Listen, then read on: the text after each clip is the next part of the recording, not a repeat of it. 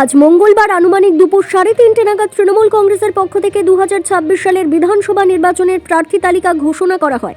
সেই তালিকায় বীরভূমের রামপুরহাট কেন্দ্রের প্রার্থী হিসেবে নাম প্রকাশিত হয় আশিস বন্দ্যোপাধ্যায়ের। প্রার্থী ঘোষণার পরপরই এলাকায় উৎসবের আবহ তৈরি হয়। তৃণমূল কংগ্রেসের নেতাকর্মী ও তৃণমূল ছাত্র পরিষদের সদস্যরা সবুজ আবিরে রাঙিয়ে দেন আশিস বন্দ্যোপাধ্যায়কে। পাশাপাশি সমর্থকদের মধ্যে আনন্দ উচ্ছ্বাস চোখে পড়ার মতো ছিল। প্রার্থী ঘোষণাকে কেন্দ্র করে রামপুরহাট জুড়ে উৎসবমুখর পরিবেশ তৈরি হয়েছে বলে জানা যায়। আজকে আমাদের রামপুরহাট বিধানসভার প্রার্থী ডিক্লেয়ার হলো ডক্টর আশিস বন্দ্যোপাধ্যায়, রামপুরহাটের এনার্জি।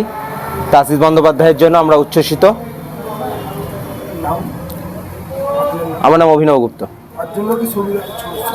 হ্যাঁ, প্রার্থীত্ব নিশ্চয়ই আমি সব থেকে খুশি যে মাননীয় মুখ্যমন্ত্রী, আমাদের দলনেত্রী মমতা বন্দ্যোপাধ্যায় এবং অভিষেক বন্দ্যোপাধ্যায় যে আমার উপর আস্থা রেখেছেন, এটার জন্যই আমি কৃতজ্ঞ। এবং আস্থা রেখেছেন এই এলাকার মানুষ, আমাদের কর্মী সমর্থক, তারা মানে খুব উদ্বেগে ছিলেন যে কী হয়।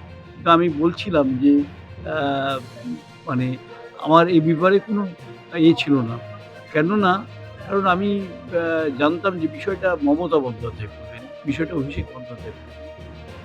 স্বাভাবিকভাবেই এ নিয়ে অন্য কোনো টেনশনের কারণ ছিল না। আমি খুশি যে কর্মী সমর্থকরা যেভাবে তাদের উচ্ছ্বাস প্রকাশ করেছেন এবং যে তাদের যে আবেগ ছিল, সেই আবেগের বহিঃপ্রকাশ কিন্তু আজকে নাম ঘোষণার সঙ্গে সঙ্গে লক্ষ্য করা গেছে। এটাই আমার কাছে আনন্দ এবং রামপুরহাটবাসীর কাছে আমি কৃতজ্ঞ। তারা পাঁচবার আমাকে নির্বাচিত করেছেন। এবারও আমি তাদের কাছে আবেদন করব যে তাদের সেবার আরেকবার সুযোগ। 2021 থেকে 2026 দেখুন, লড়াই। আমি মনে করি কোনো লড়াই সহজ নয়, কোনো লড়াইকে হালকা হয়ে দেখার কোনো সুযোগ নেই। আমি মনে করি যে লড়াইটা লড়াই, যেভাবে যেই প্রার্থী হন না কেন, যেভাবেই প্রার্থী হন না কেন, লড়াইটা লড়াই। 2021 আমরা তো গণক নই। মানুষের কাছে আবেদন করব, যাব, মানুষকে বলবো, তারা যদি আমার কাজে খুশি হয়ে থাকেন তারা ভোট দেবে। বীরভূম থেকে প্রসেনজিৎ সরকারের রিপোর্ট, বিগ নিউজ বাংলা।